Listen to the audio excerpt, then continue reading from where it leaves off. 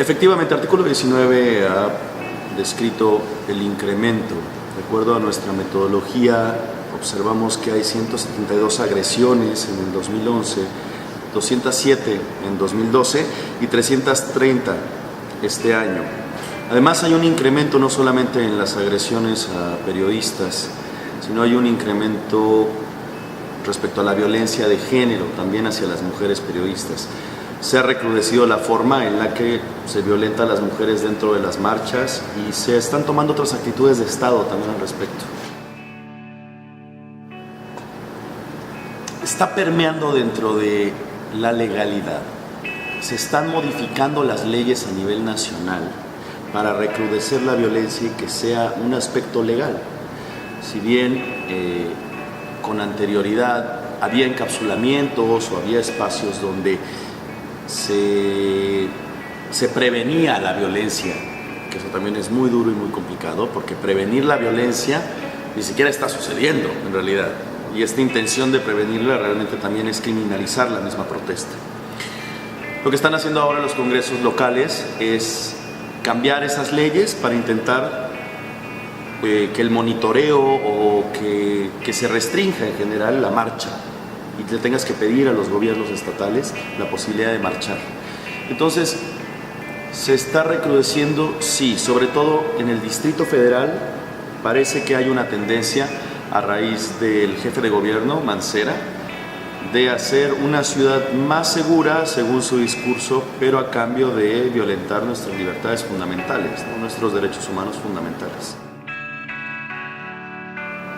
Más allá que un despertar de la sociedad civil, que tendría que ser como un proceso cultural o un tan esperado momento de participación ciudadana, las redes sociales en general, no solamente en el caso mexicano, sino lo podemos ver en la primavera árabe o en los procesos en Siria, en Ucrania, en otros lugares del mundo, han generado las condiciones y las herramientas suficientes como para que exista cierto empoderamiento de la sociedad a nivel de la información. Entonces, esto genera un flow, ¿no? Esto genera un movimiento, una onda de información en la que mucha gente participa. Lo que está sucediendo es que esto al gobierno tampoco le parece conveniente y obviamente busca cómo limitar o cómo cooptar todos estos espacios. Sobre todo estamos hablando, por ejemplo, de derechos digitales, o nos metemos en el ámbito de que es posible que hoy metan a un tuitero a la cárcel por señalar o por generar alguna opinión. Esto ya había sucedido en algunos otros momentos. Por ejemplo, la posibilidad de limitar la canción de Puto de Molotov, por el aspecto, lo que decía, es atentar en realidad contra la libertad de expresión.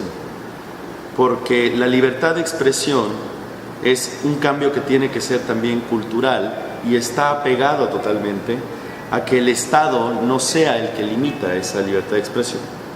Entonces, en este caso, si la canción lastima o no lastima o hiere sensibilidades de algún tipo, no debe ser cooptada, no debe ser limitada, porque es un proceso cultural. Puede dañar a algunos, pero en la actuación del Estado sobre una persona que habla de esa canción o que habla de ese tema dentro de una canción, es igual que los narcocorridos, no puedes limitarlo. En una marcha, por ejemplo, se quema una bandera y aunque hay una ley sobre los símbolos patrios, el escudo, etc., tampoco es correcto que se haga, porque la Corte Interamericana ha declarado que ese tipo de leyes se deben de derogar. Entonces, hay una actitud de sociedad civil de tomar las calles como un derecho. Y esta actitud no es que sea mayor o menor o que no haya existido con anterioridad. La forma en la que hoy se recrudece o se lastima esa acción o esa libertad ha cambiado.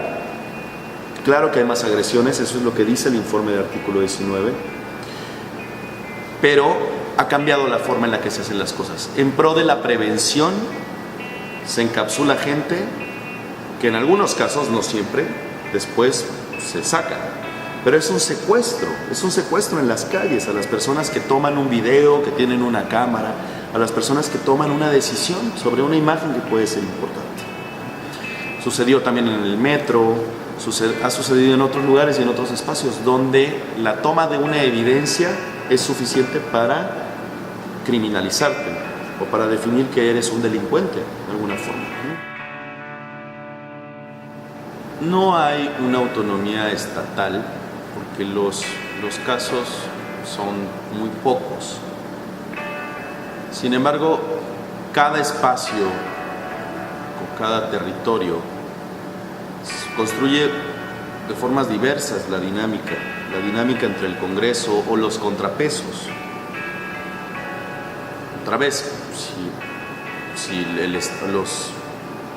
si los diputados o los congresos estatales son los tomadores de decisiones bajo un esquema de representación, supuestamente son la contraparte o el contrapeso a decisiones del gobernador. Parte de la estructura de que la mayor parte de los que están dentro de los gobiernos estatales son cercanos al gobernador, de inicio es muy complicado que tengas un contrapeso.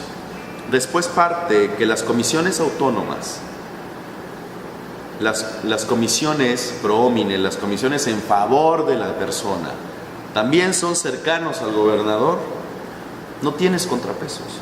Es un lío tener contrapesos, porque son batallas electorales, porque son sistemas anquilosados que no tienen todavía esta capacidad de competir incluso en las ideas o en los debates.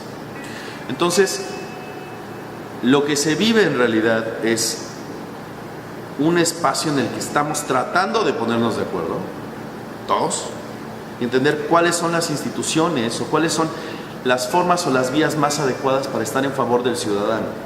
Y por otro lado, hay reformas políticas nacionales que te llevan al traste en muchas situaciones también. Pero hay una falta de sociedad empoderada. Todavía ni siquiera se entiende de forma adecuada qué hace la sociedad civil, por ejemplo. Hay quien piensa que la sociedad civil representa a personas y tiene una agenda de derechos humanos comúnmente, pero es una agenda estructurada, a veces hasta soñada, bajo los más altos estándares a veces de los derechos humanos. La sociedad civil tiene mecanismos de rendición de cuentas. La población en general tiene mecanismos de rendición de cuentas suficientes como para acercarse y generar gobernanza. Pero eso no sucede. Hay poco empoderamiento ciudadano. Muy bien. Y para cerrar, me gustaría que nos contaras un poco la experiencia desde el artículo 19 en este proceso de participación y empoderamiento de la sociedad civil, porque ustedes están cerca de agrupaciones, a cursos, están a marchas y todo eso. Sí, artículo 19 es parte. Primero, somos una organización internacional. Tenemos sedes o espacios de acción y de trabajo en varios lugares del mundo. Después, dentro de México, por ejemplo, en América Latina, está en Brasil. La oficina de México también protege a parte de Centroamérica. No solamente es el territorio en el que nos encontramos. Pero además genera diferentes vínculos o tiene diferentes vínculos con colectivos que participamos juntos sobre posicionamientos o sobre decisiones y señalamos constantemente la garantía de los derechos, tanto los constitucionales como las mejores prácticas internacionales. Y obviamente lo que sucede en la Corte Interamericana de Derechos Humanos, que bajo jurisprudencia, bueno, pues se ha borrado ese nivel donde la Constitución estaba sobre cualquier cosa que sucediera, ¿no? Ahora están a la par los tratados, están a la par las jurisprudencias justamente de la Corte Interamericana de Derechos Humanos. Entonces, si algo sucede en la Corte Interamericana, le sucede a México, le sucede al Ministerio Público.